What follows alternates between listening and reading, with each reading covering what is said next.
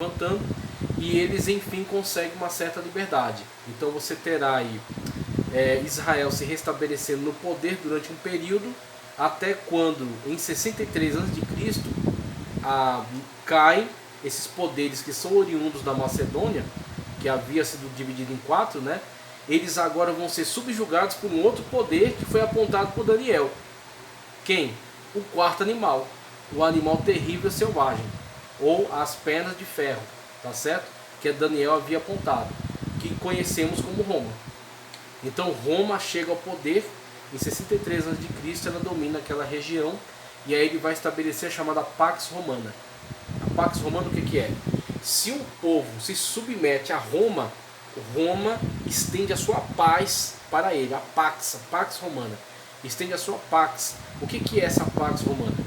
O povo se submete a Roma, se ele se submeter e abrir as portas para receber o Império Romano, Roma permitirá que o seu rei continue, que as suas leis continuem vigentes, que a sua religião continue. Somente eles terão que se submeter à autoridade romana. Eles têm que pagar impostos. A lei romana é superior à lei deles. Então a lei deles é importante interiormente, mas até interiormente, aquilo que ela tentar contra a lei romana prevalece. Por isso que, por exemplo, em Israel você tem Pilatos. Veja, você tem Herodes, que nesse período, no final desse período que eu falei para vocês, dos Macabeus, ele se torna uma pessoa relevante ali em Israel, mesmo sendo um estrangeiro. Ele ganha a simpatia do imperador romano, porque o primeiro Herodes lá de trás, o ancestral do Herodes da época de Cristo, que era Herodes Arquelau, ele salva o imperador romano de uma conspiração. E aí ele consegue ganhar a simpatia do imperador romano, e ele então estabelece Herodes como rei lá em Judá, tá certo? Lá em Jerusalém. E aí Herodes agora vai começar a empreender uma campanha para ganhar a simpatia dos judeus. E o que ele faz para isso? Ele pega aquele templo que havia sido reconstruído na época do retorno do cativeiro babilônico, mesmo com grande dificuldade, então não era um templo tão suntuoso, tão extraordinário, porque foi feito com limitações. Ele vai reconstruir, não só reconstruir, ele vai reconstruir de acordo com os preceitos da religião judaica, respeitando o sábado, respeitando todo um ritual, um cerimonial. Ele vai reconstruir com os melhores materiais da época, tá? Só a plataforma onde ficava o templo, onde sobraram pedras hoje, existem pedras extraordinariamente grandes, cortadas inteiras. Não era coisa que foi juntando, não, pedras cortadas inteiras, enormes, gigantescas, que sobraram do templo daquela época, que era apenas a plataforma externa do templo, tá? Aí hoje você tem outras construções em cima. Você tem o Domo da Rocha, que é aquela imagem, toda imagem de Jerusalém, você vê aquela cúpula dourada. Aquilo não é um templo, aquilo é um santuário, é o Domo da Rocha. Ao lado você tem a mesquita de Al-Aqsa, que é uma mesquita preta, tá? Então os muçulmanos dizem que ali está a pedra onde Mohammed subiu ao céu, tá? Então por isso que eles têm toda aquela relevância com aquele lugar, eles têm reverência com aquele lugar, e está bem em cima da área onde tinha sido o templo construído por Salomão, reconstruído por Neemias, Esdras e Neemias, e reformado por Herodes. Quando Herodes reforma o templo, ele ganha a simpatia dos judeus. Isso é tanto verdade que quando Cristo veio, os discípulos apontam para Cristo, falam: Senhor, olha que pedras, olha que construção. Por quê? Porque eles estavam encantados com a suntuosidade, a grandiosidade que Herodes havia empregado nas obras daquele templo. Para quê? Política. Para ganhar a simpatia dos judeus em seu favor. Tá certo? Então você tem essa situação, aí Cristo diz: não ficará pedra sobre pedra que não seja derribada. E de fato isso acontece no ano 70 da era cristã, quando o general Tito invade e destrói tudo aquilo ali. Tá? Você tem essa situação então dos romanos que chegam ao poder. Tem Herodes, que é um rei que havia ali conquistado a simpatia dos judeus, mas tem outra figura importante ali, que é uma figura de destaque, de autoridade, que é Pilatos. Pilatos é um cônsul romano. Uma coisa é o rei que está ali, que é Herodes, outra coisa é o cônsul romano. Você vê que quando eles têm Jesus Cristo na mão, mesmo eles esbofeteando, cuspindo, dando falso testemunho acerca de Cristo, eles não matam. Por que eles não matam? Por causa da Pax Romana. A lei romana é superior à lei deles. Se eles matam Jesus e chega aos ouvidos do cônsul romano, o cônsul romano ia perguntar com que autoridade eles aplicaram a pena capital sobre um cidadão sem ter passado pela averiguação da justiça romana. É onde eles arrumariam problema para eles em relação à autoridade romana.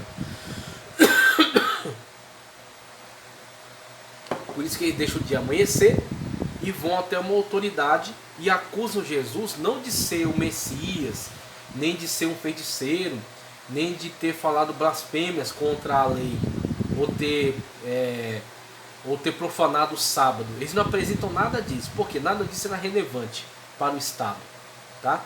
Eles acusam Jesus de sedição, que é se insurgir contra a autoridade do Império Romano, se insurgir contra a autoridade do Estado. Tá? Crime de sedição, como se ele fosse um arruaceiro, alguém que está querendo levantar uma revolução. Tá? Então a acusação que eles fazem é de sedição. Acusam diante de Herodes, Herodes manda para Pilatos, Pilatos faz aquele rito, né? Aquela questão de julgamento, lava as mãos, coloca diante deles duas opções, Jesus ou Barrabás, escolhe o Barrabás. Aí ele ainda tenta açoitar Jesus e mandar embora, mas o povo se revolta, atiçado, né, pelos líderes, e aí até ameaçam ele, dizem: você não é amigo de César? Nessa ameaça está embutido uma situação que é: se você não cumprir as leis, as próprias leis do seu país aqui, nós vamos mandar uma comitiva lá em Roma para te acusar diante do imperador, dizendo que você foi frouxo e não aplicou a pena capital num crime de sedição. Então isso estava embutido naquela ameaça: você não é amigo de César? E aí ele se vê pressionado, tá certo? Por isso que ele toma a bacia, lava as mãos e fala: a culpa é de vocês estão querendo crucificá-lo, né? Então aí Jesus é entregue para ser crucificado. Mas na verdade, quando ele diz para Jesus: você não sabe que eu tenho poder de te libertar ou de te condenar, Jesus inverte a situação, vira a mesa diante dele e diz: nenhum poder teria sobre mim se do céu não fosse te dado. Então ele era apenas uma peça do tabuleiro, tá certo? Deus estava por meio de todo aquele processo cumprindo o grande plano da salvação, ok? Então queria dar essa questão de contexto aqui para vocês: judeus, gregos e romanos, tá certo? Que são apontados aqui nessas páginas, tá? Página 12. A gente vai já para a página 13. O panorama do mundo ao surgir o cristianismo. Condições religiosas, tá? A religião do Estado romano, as religiões orientais e a expansão da igreja, tá certo? Então, com isso que eu falei para você tem o seguinte: no mundo grego você tem uma grande difusão de mitologias. Então, as mitologias que falam de Zeus, Poseidon, Apolo, Atena, né, Hércules. Então, diversos tipos de mitologias que servem também como conteúdo ético e moral. Platão vai interpretá-las de forma metafórica, né, e aplicar muitos conteúdos de ética, de moral e análise sobre a sociedade. Os romanos, eles também têm as suas mitologias e na verdade eles aproveitam muito da mitologia grega também, mas ele tem também os seus cultos rituais, tá? Então o paganismo era geral na humanidade e o judaísmo, ele tinha toda aquela característica daqueles desvios apontados por Cristo. O judaísmo, na época de Cristo, ele supervalorizava a Torá oral. O que é Torá oral? A Torá oral são as tradições passadas dos mestres antigos, de geração em geração, e que foram ao longo do tempo compiladas em tratados. Então você tem a Mishnah, a Guemará e, por último, o Talmud, que reúne toda a coleção. Mishnah e Guemará, que compõem o grande Talmud, tá? Então são um compilado de tradições, e essas tradições eram chamadas de Torá oral. Então você tinha a Torá escrita, que são desde os livros de Moisés, tá? E você tem a Torá oral, que são as tradições dos antigos. Então os judeus, em muitas das situações, eles se baseavam mais na Torá oral, nas tradições, do que na Bíblia. Então Jesus enfrentou esse conflito, no sentido de que ele tinha compromisso com a Bíblia, ele tinha compromisso com a lei de Deus. Não cairá um jota nem um tio, sem que tudo se cumpra. De quê? Da palavra de Deus. Enquanto que em relação à tradição dos antigos, ele dizia: ouviste o que disseram os antigos, eu porém vos digo. Ou seja, contraste. Ele fazia um contraste entre as tradições. Por exemplo, uma tradição que entre eles chamava-se Corban. O que era esse Corban? Havia essa tradição que dizia que a pessoa podia se comprometer com o templo, de que se ela viesse a morrer antes da morte dos seus pais, ela poderia se comprometer com o templo de que todos os seus bens seriam passados para o templo, mesmo deixando seus pais desamparados. Então, esse era uma lei da tradição, chamada lei de Corban, tá certo? Era um pacto que ele fazia com o templo, dizendo: se eu morrer, pode pegar meus bens e colocar tudo em favor do templo e deixar minha família desamparada. Jesus Cristo disse: vós invalidais a lei de Deus em prol de vossa própria tradição. Então Jesus teve um grande problema com essas tradições, esse tradicionalismo judaico de sua época. Então quando Jesus vem, ele vai trazer a verdade da palavra de Deus, em contraste ao tradicionalismo judaico e principalmente em oposição a todo o paganismo do mundo da época, tá? Então essa será a situação do cristianismo quando surge. Vamos ver aqui, condições morais segue aí esse mesmo padrão. A expansão da igreja, 35 a 50, tá certo? A reação do clero judaico, Estevão, o primeiro mártir, estou na página 15 já. Veja só, a extensão da igreja. Quando a gente começa a falar disso, o que a gente vai encontrar nessa fase aqui? No primeiro momento, em Jerusalém ainda, você tem a situação na qual Jesus Cristo ele será morto, crucificado, ressuscitar e vai ascender ao céu. Ok. Fica aí uma primeira igreja, tá certo? Em Jerusalém ainda, que vai começar a pregar. Você vê a situação, os apóstolos pregavam até na porta do templo, num local que era de grande aglomeração de pessoas, e eles pregavam ali. Houve uma situação em que o Sinédrio, que era o judiciário máximo, tá certo? O supremo do judiciário israelita, reunia todos os anciãos relevantes ali, do farisaísmo, dos saduceus. Eles pegaram os apóstolos, né, e colocaram numa audiência com a intenção de matá-los. E aí Deus utilizou-se de Gamaliel, que foi o mestre de Paulo, e Gamaliel lança ali um questionamento que põe dúvida na cabeça deles e diz: olha, houveram outros movimentos que se levantaram e passaram, porque não eram de Deus. Mas se esse movimento for de Deus, você tem que tomar cuidado para não estar guerreando contra Deus. Então ele coloca certa dúvida na cabeça dos ministros ali do Sinédrio. Eles fazem o quê? Eles ordenam que os apóstolos não preguem mais acerca de Jesus, ao que Pedro rebate: nós deveremos ser mais obedientes a Deus ou aos homens? E aí ele coloca essa questão de que eles serão obedientes a Deus e não aos homens. E outra é que eles açoitam os apóstolos e mandam embora, por causa da dúvida colocada por Gamaliel na cabeça deles, tá certo? Usado por Deus naquela situação. Ok, eles voltam para a igreja. O que é que eles fazem? Eles vão choramingar e reclamar, vão murmurar?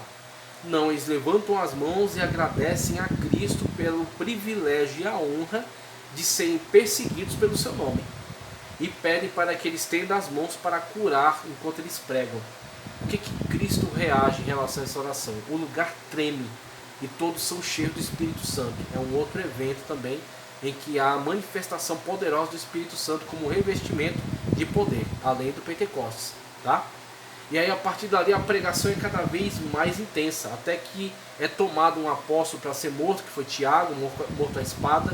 Pedro será preso para ser morto também, mas será colocado em liberdade, porque Deus tinha outros planos para ele. Tiago descansou no Senhor. e Pedro foi liberto, e com a sua libertação você tem aí uma grande perseguição que vem sobre Jerusalém, quando os discípulos são espalhados, e dessa dispersão forçada deles vão nascer, eles vão pela Samaria pregando o evangelho com poder, e chegam até Antioquia, que já é na Síria. Vão caminhando, chegam até Antioquia. Em Antioquia é fundado uma importante sede do cristianismo, tá? Em Antioquia você terá ali uma igreja onde tem muitos sábios, muitos doutores, muitos ensinadores da Sagrada Escritura, a partir dessa tradição que se forma ali de pregação aproveitando a base do Antigo Testamento, mas na ótica do Novo Testamento, a partir das testemunhas oculares que estavam ali. E é nessa igreja onde você verá a figura de Barnabé, que foi o discipulador, que foi o tutor de Paulo. Paulo surge ali, tá certo? Aí começa a primeira missão, Silas será agregado a eles. João, Marcos, no primeiro momento vai, mas depois não quer mais ir. Aí se desagregam, Barnabé fica com Marcos, e Paulo segue viagem, que agregará posteriormente Timóteo. Então ali nascem as missões transculturais. E essa igreja que agora assume essa característica de não estar mais presa dentro do judaísmo, mas agora está interagindo com o mundo geral, o mundo fora do judaísmo, tá certo? O mundo gentílico. Então você tem a expansão da igreja, aí outras questões, já nessa problemática da expansão da igreja. Veja só, os apóstolos são judeus, ok, são judeus. A língua dos judeus, a língua judaica, ou hebraico, tá? O hebraico, ele, na época de Cristo mesmo, na época dos apóstolos, mesmo sendo a língua dos judeus, ela não era, o hebraico, uma língua usada comumente, no dia a dia. Era uma língua utilizada para ler a Torá, para ler a Tanakh, o Antigo Testamento, uma língua utilizada na sinagoga, uma língua utilizada no templo, uma língua utilizada liturgicamente, por aqueles que tinham conhecimento do hebraico, que aprendiam desde cedo nas sinagogas, tá certo? Da sua infância até chegar ao Bar Mitzvah, então aprendiam o hebraico, tá? Só que no dia a dia era empregado mais o aramaico. Por quê? Por causa do cativeiro babilônico. Durante o cativeiro babilônico, o período de exílio que eles ficaram lá, 70 anos pelo menos, eles imergiram na cultura babilônica e eles falavam ali o aramaico. Então quando eles retornaram, no dia a dia eles usavam comumente o aramaico. O aramaico era uma língua difundida naquele território, tá certo? Então veja só, essa problemática da cultura de época, né? Conheciam o hebraico, né? Essa questão cerimonial, falavam aramaico no dia a dia, por causa da influência vinda lá da época do cativeiro. Mas para fazer missão e para escrever os textos, Paulo escrevendo as cartas, os evangelistas escrevendo, Lucas escrevendo Atos, tá certo? O Evangelho também, João escrevendo Apocalipse, para os textos era empregado o grego, chamado grego koiné, por causa daquilo que eu falei para vocês agora há pouco, sobre a helenização do mundo na época do Império Macedônico. Então assim, os povos tinham suas línguas locais, seus dialetos. Mas como é que poderia ser feito para que uma pessoa se comunicasse com povos diferentes? Ele teria que conhecer o dialeto de cada lugar? Devido à helenização promovida por Alexandre, isso foi resolvido. Porque nesses povos, mesmo eles tendo a sua própria língua local, o seu dialeto, geralmente alguém dali falava o grego, devido a esse movimento de helenização promovido por Alexandre Magno, que dominou toda aquela região e promoveu a difusão da cultura grega. Então o grego koiné era conhecido internacionalmente. Por isso que os apóstolos eram judeus, conheciam o hebraico, falavam aramaico no dia a dia, mas pregavam para os gentios em grego e escreveram o Evangelho, escreveram o Novo Testamento em grego, porque era uma língua de difusão internacional, tá certo? E outra questão também, que é questão contextual. Como que eles faziam para ir de país em país, de povo em povo, tá certo? Atravessando fronteiras.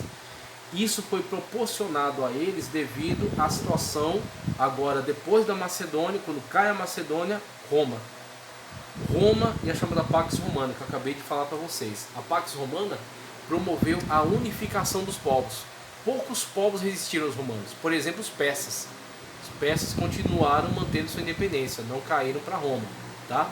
Durante muito tempo, os germanos, norte da Europa, e os saxões também, nas ilhas britânicas, resistiram muito tempo aos romanos.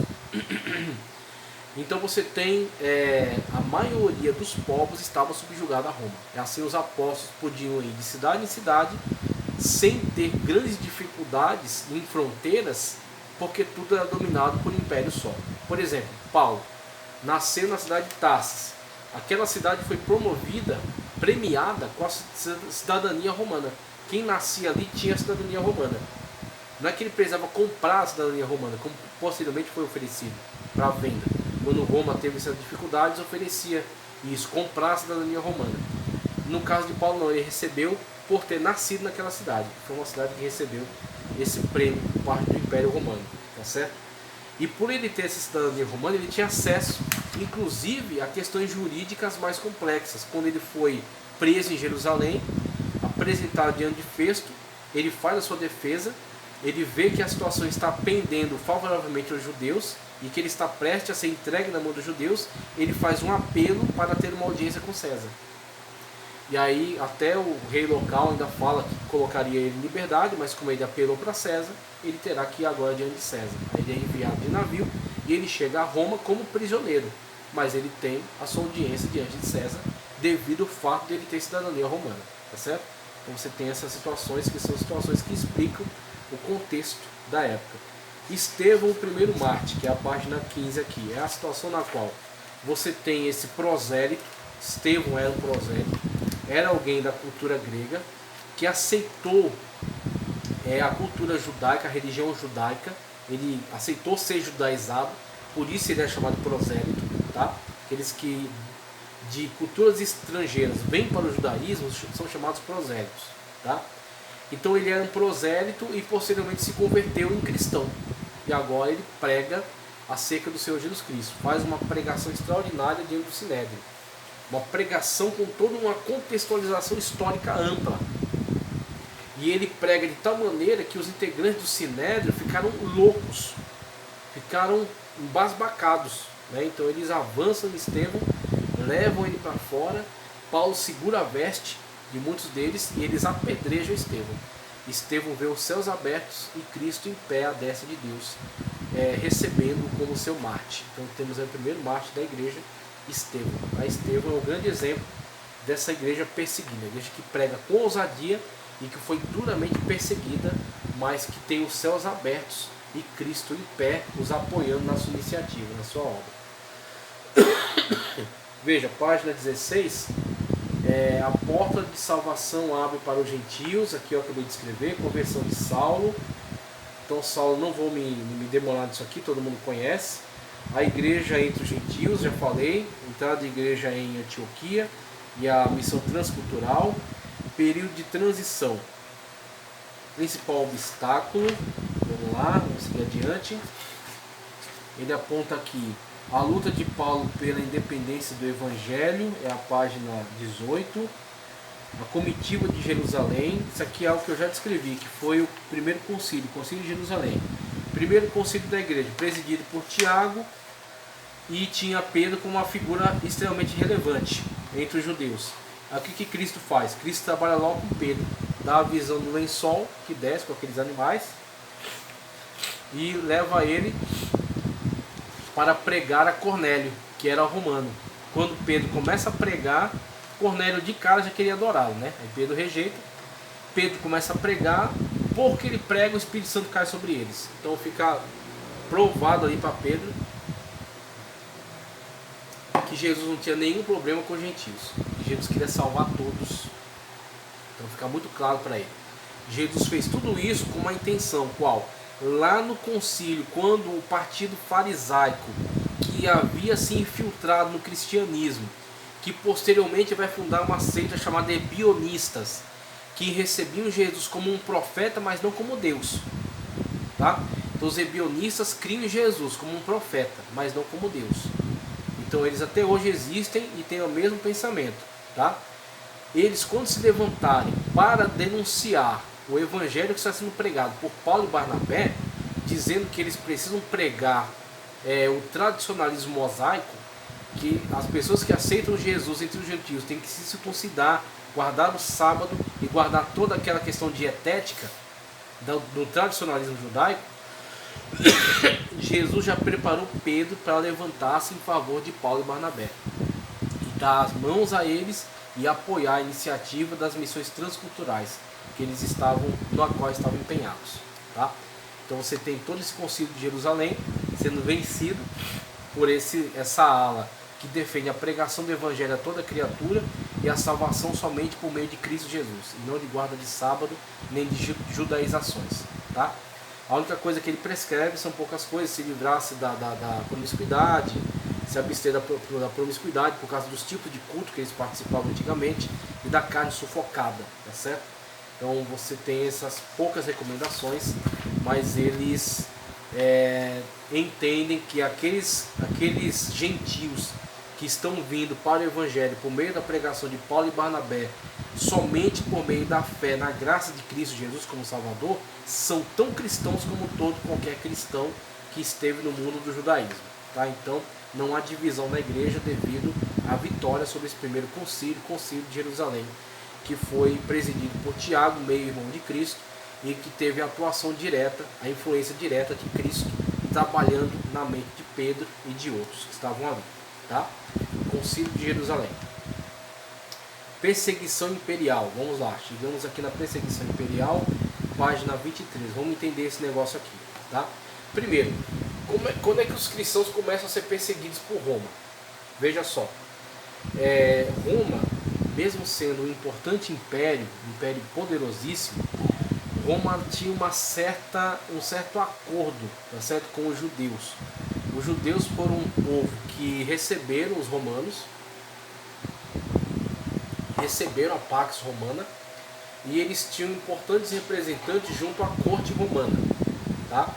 Então eles pagavam lá seus impostos, não expressavam qualquer intenção de insurreição contra Roma, e em contrapartida requeriam do Império Romano certas regalias. Por exemplo, todos os demais povos aceitavam o culto estatal.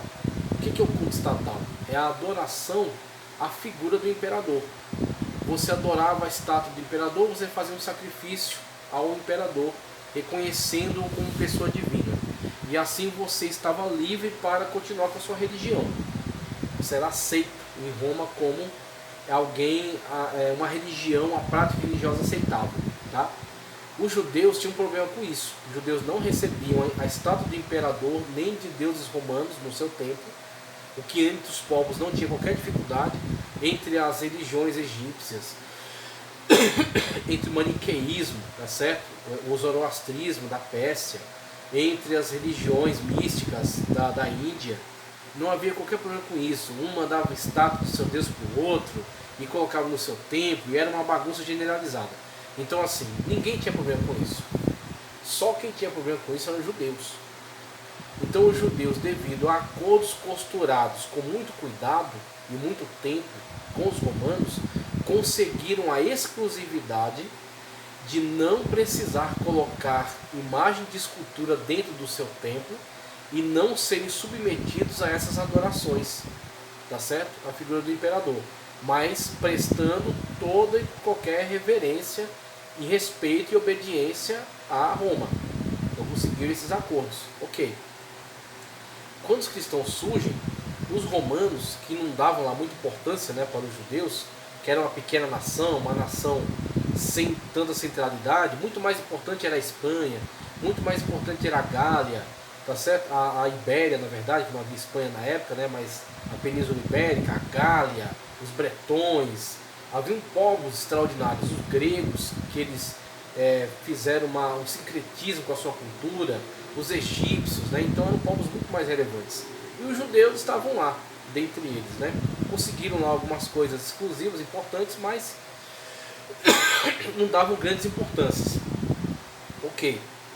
Então os judeus tinham esse privilégio. O que acontece? Quando surgiram os cristãos, como eles surgem dentro do judaísmo, os romanos automaticamente entendiam que os cristãos eram um outro tipo de judeu. Você tinha fariseus, tinha saduceus, tinham essênios. Os zelotes eram um problema para os romanos, porque era um partido de guerrilha contra os romanos. Então os próprios judeus tratavam de perseguir os zelotes para eliminar o problema. Aí surgem os cristãos, e os romanos dizem, é mais um tipo de judeu. E meio que ficou na mesma conta. Então, por isso que num primeiro momento não teve uma perseguição romana contra os judeus. A primeira perseguição foi judaica, porque os judeus sabiam quem eram os cristãos, que os cristãos estavam seguindo a Jesus Cristo, que bateu forte no tradicionalismo judaico e que foi morto por eles pendurado na cruz, utilizando-se da máquina estatal romana, acusando Jesus diante dos romanos de ser alguém que estava numa sedição e queria ser o rei dos judeus, que queria a independência dos romanos. Acusaram de Jesus dessa forma.